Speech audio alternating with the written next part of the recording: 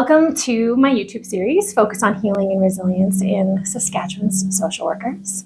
As you know, this is part of my graduate degree in my Capstone Project.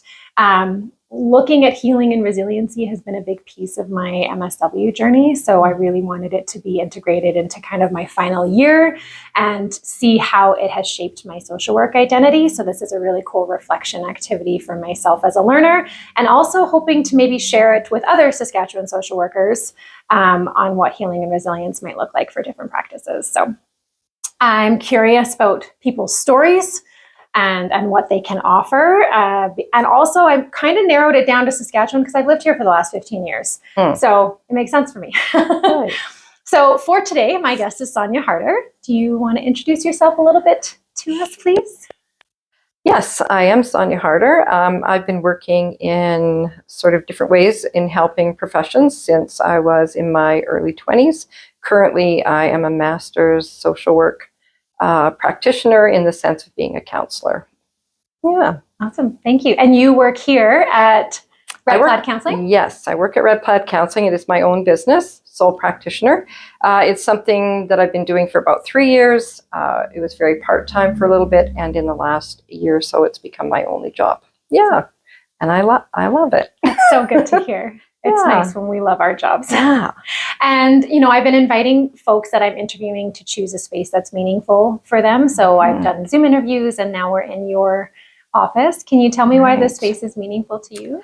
Well, I knew it would be quiet and private, so that's part of it. Yeah. There's definitely more special places, or spots in my life, but this one is a reflection of getting to this place where I am my own, I'm a business owner and I'm working in a way that I appreciate and want to practice. Also, I like color, and a lot of places that I've had to work, they're kind of bland because they're a system, and you just have to take what you get. And it represents persistence, being here, getting to this place. I didn't go to school for social work until in my 50s. And so here I am now after raising my family and stuff, doing this piece of my life. So on the wall, I have my favorite animal there, which is a cow. Love it. And it's part of my legacy. So you love color. We have a colorful cow, your favorite animal in your space. And this is your lovely office where you do a lot of work with one-on-one with clients, correct? One-on-one. I do some couples counseling. Okay.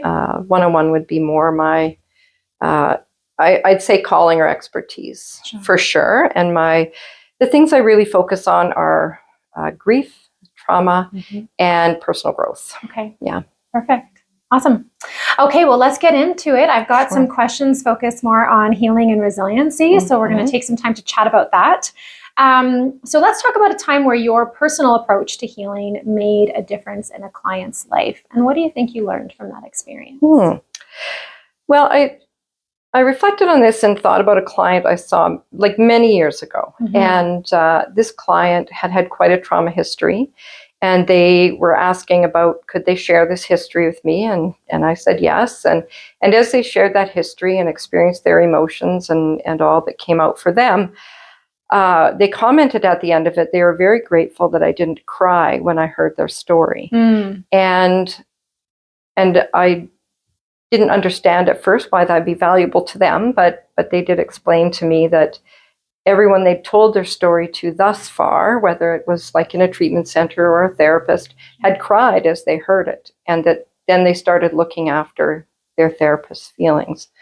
So didn't feel as free to share. So I had no knowledge of that ahead of time, but it sort of was a great learning for me that although I have, had tears come to my eyes authentically and organically while working with a client, that always just to follow my intuition when I'm with somebody. Like if I'm attuned to them, I'll probably be okay. Yeah.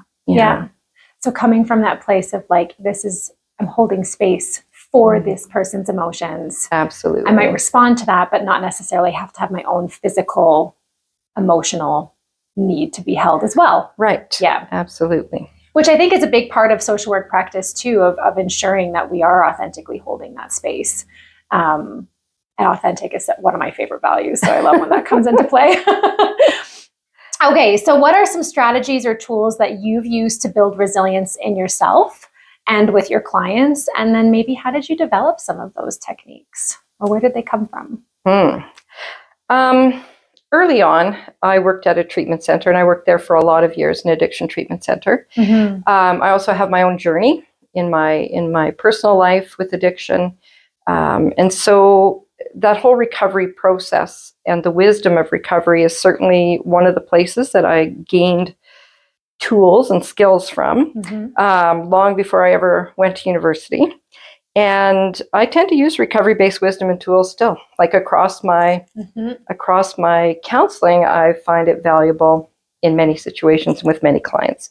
And I would say, when I was reflecting on this, I thought about that word love.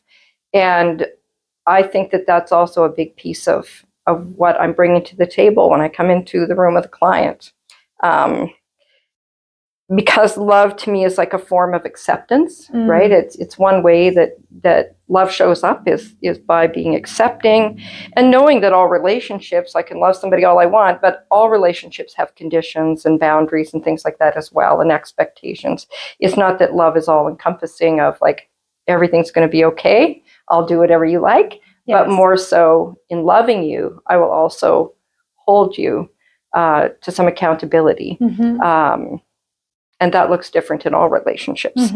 I think being a trauma-informed counselor, like when I went to university, I'd already learned some about trauma-informed before I went to university, but I took a course there that taught me a little bit about, being aware of, what trauma is, and then being truly trauma-informed, and then being trauma-educated, right? So that there were different levels of that, and that's really been a nice piece of my practice now is having that trauma informed and some trauma training. Yeah, I appreciate the sentiment of like this combination of lived experiences, academic experiences, and this like almost route to love and acceptance as being how you stay strong in all of this, because the work that we do isn't always the easiest work. So our need to be resilient, to move through some of these challenges and find some of these anchor terminologies, I think are really great. Yeah.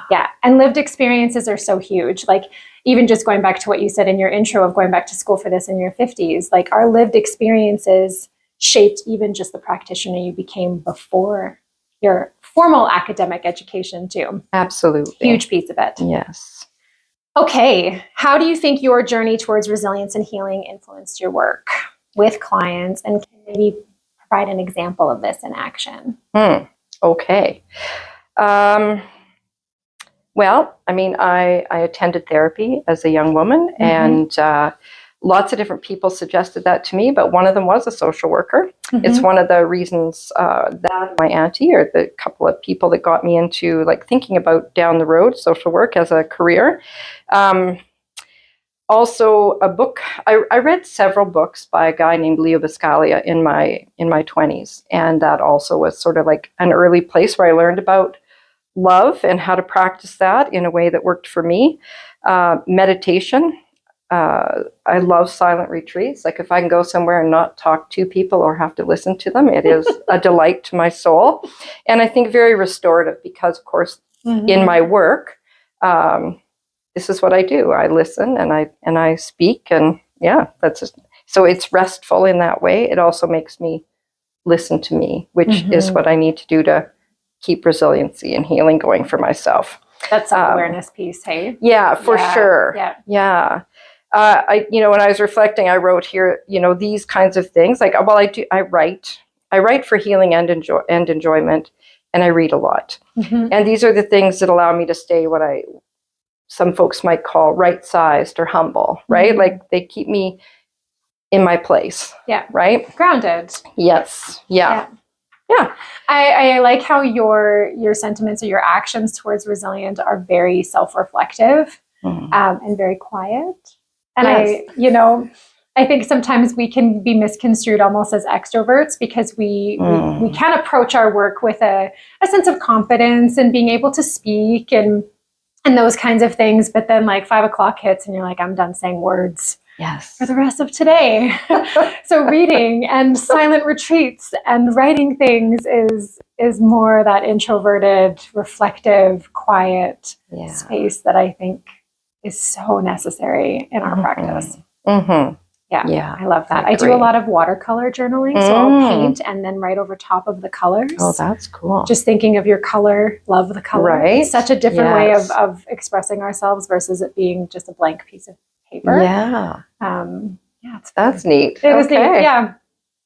Okay, in what ways do you bring in your own values and beliefs into your practice to foster resilience or to foster healing, or because we are shaped by those, aren't we? Sure. Yeah. I challenge clients gently. I'm not a forceful challenger in my work. I think probably because that works for me. That's I don't need people telling me what to do, but I'll listen and I'll reflect and then go on and choose. Yeah. I'm a firm believer from my own experience that sort of like my best thinking got me into places that weren't very helpful for me or very productive. And so like I want people to challenge me as well. It was very helpful to me in my earlier years.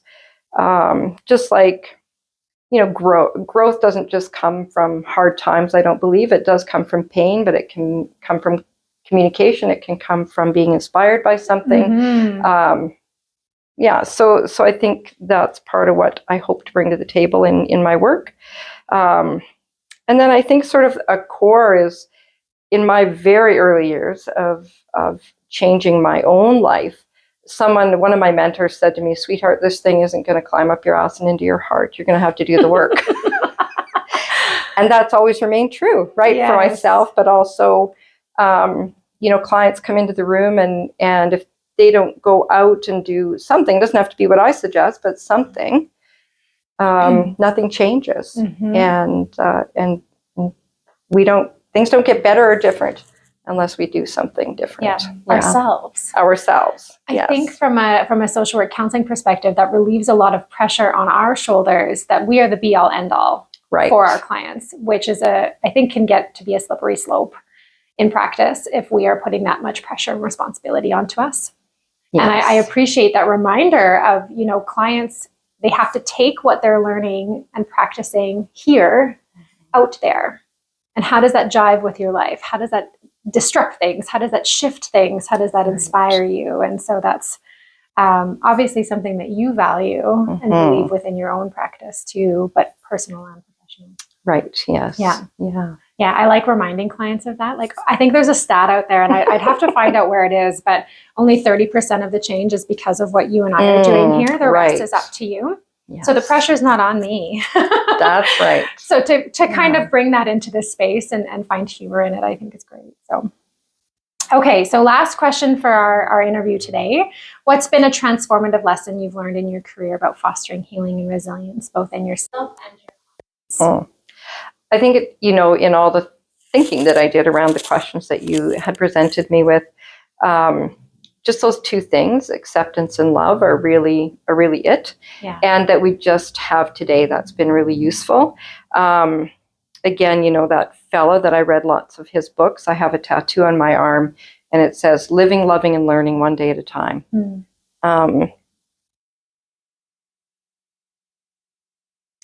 It has supported me, personally, most of my life now, but also it is how I practice, because I think because it frames what I want for people when they come in the room.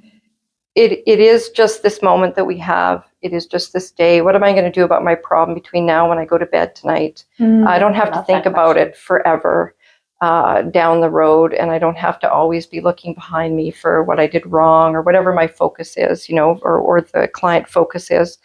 And also just that piece, like at the end of my life,